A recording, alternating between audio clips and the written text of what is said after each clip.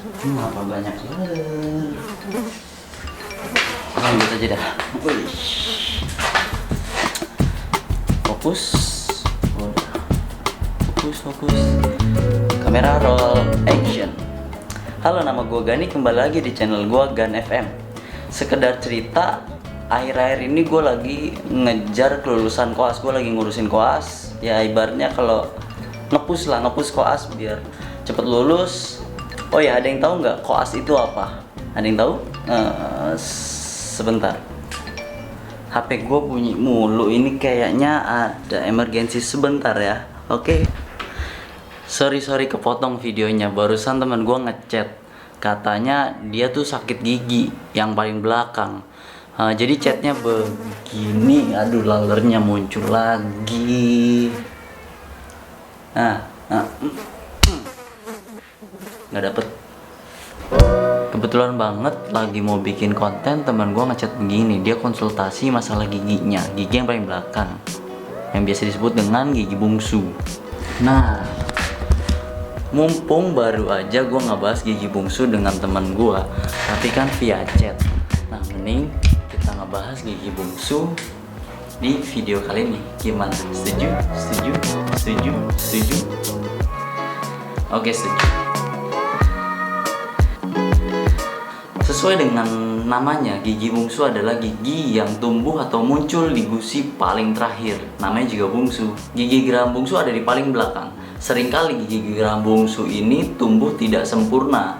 Tumbuhnya hanya sebagian saja atau bahkan tidak tumbuh sama sekali atau tidak muncul sama sekali ke permukaan gusi. Nah, hal inilah yang dinamakan impaksi gigi. Jadi impaksi gigi adalah suatu keadaan di mana gigi itu tumbuh tidak sempurna. Giginya bisa tumbuh hanya sebagian saja atau bahkan dia tidak muncul atau terpendam di dalam gusi kalian.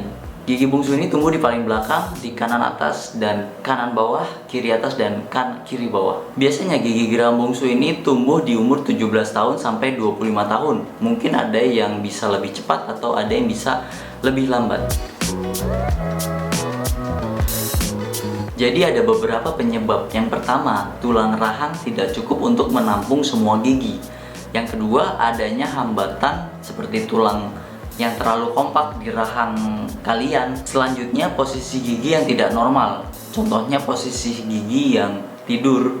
Kan biasanya pada impaksi gigi ada beberapa kasus yang giginya tuh tidur seperti ini. Impaksi gigi juga bisa dipengaruhi oleh genetik.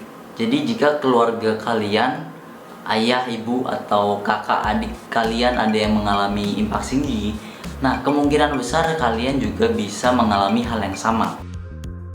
Gigi geram bungsu tidak akan memunculkan gejala ketika dia tumbuhnya baik-baik saja. Tumbuhnya tidak ada hambatan dan tidak impaksi. Lalu ketika gigi ini mengalami gangguan pertumbuhan, maka akan memunculkan gejala-gejala tertentu seperti sakit pada gigi dan sakit pada gusi.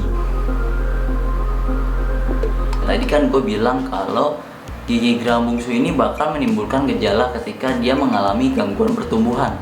Lalu gejala apa aja yang bakal timbul? Yang pertama, biasanya gusi itu bakal membengkak dan memerah, akan menimbulkan rasa sakit pada gigi dan gusi. Lalu yang kedua, akan timbul bau mulut. Yang ketiga, sulit membuka mulut. Yang keempat, kalau infeksinya parah, itu pipi kalian bakal bengkak. Lalu yang kelima, beberapa orang biasanya bakal ngalamin sakit gigi sampai sakitnya itu ke kepala. Sakit banget biasanya. Yang kelima apa keenam?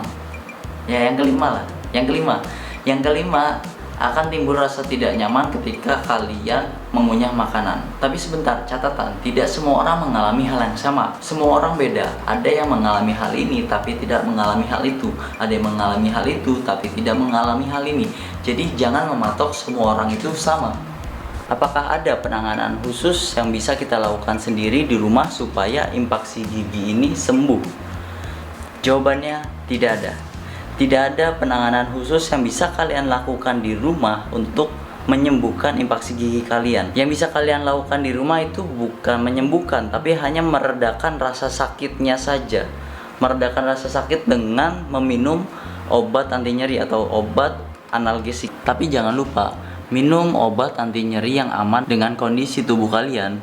Dan minumlah obat anti nyeri dengan bijaksana.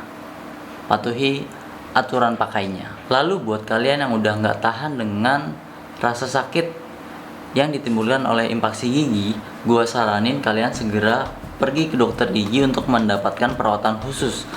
Karena kalau tidak segera dilakukan perawatan, akan memunculkan hal-hal yang tidak diinginkan atau masalah-masalah lainnya. So, buat kalian yang memiliki gigi geram bungsu dan muncul gejala-gejala adanya infeksi, maka saran gua segeralah periksa ke dokter gigi sebelum terlambat.